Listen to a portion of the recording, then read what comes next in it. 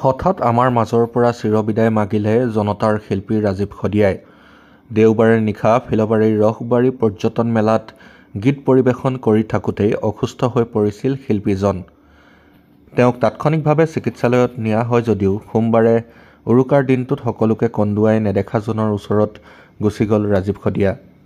আজি তেওঁৰ টুপচিঙাৰ বাসগৃহত অগণন গুণমুগ্ধই ভিৰ কৰেহি।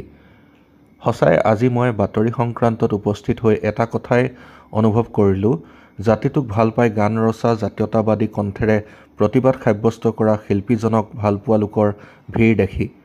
তেওঁৰ শেষকৃত সমাপন কাৰ্যসূচীত অংশ ল'লে জাতি ধৰ্ম বৰ্ণ নিৰ্বিশেষে অজস্ৰ লোকে। গায়ন বায়নেৰে চকুলো টুকি তেওঁক বৃহৎ সমদল কৰি লৈ যোৱা হ'ল।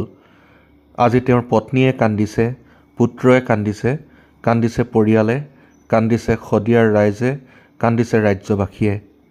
অন্যতকৈও পৃথক আছিল ৰাজীৱ শদিয়া। সংগীতক কেতিয়াও তেওঁ পেচা হিচাপে লোৱা নাছিল। তেওঁ এই সংসাৰত পত্নীৰ লগতে এটি ৬ বছৰীয়া কণমানি পুত্ৰ সন্তানক এৰি থৈ গুচি যায়। কুন্দিলপৰীয়া টুপচিঙা গাঁওখনৰ তেজাল অসমীয়া ডেকা আছিল ৰাজীৱ শদিয়া।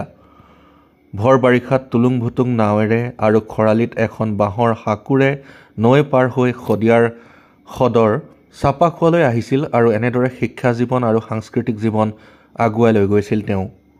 টুপচিঙা শদিয়াৰ এক সীমামূৰীয়া গাঁও। আজিও তেওঁলোকে নৈ পাৰ হৈ বিপদসংকুল যাত্ৰা কৰে শদিয়াৰ সদৰলৈ আহিবলৈ। এই গাঁওখনৰ শদিয়াত আছে এটা সুকীয়া নাম, ফুটবল আৰু সংগীত। কাৰণ এই গাঁৱৰ ৰাইজ ফুটবল আৰু সংগীত বলিয়া। গাঁওখনৰ প্ৰায় মানুহৰ যেন কণ্ঠত সৰস্বতী আছে আৰু ৰাজীৱ শদিয়াৰ পৰিয়ালৰ প্ৰায় সংখ্যকে সংগীত আৰু ফুটবলৰ লগতে জড়িত। ৰাজীৱ শদিয়া এনে এক গণশিল্পী আছিল, তেওঁ মৃত্যুৰ আগমুহূৰ্তলৈকে শদিয়াত মৃতকৰ ঘৰত নিশাই নিশাই টোকাৰী হৰিনাম পৰিৱেশন কৰিছিল আৰু তেওঁ আছিল এজন ভাওনা শিল্পী। তেওঁ একেধাৰে এজন বিভিন্ন বাদ্যবাদকো আছিল।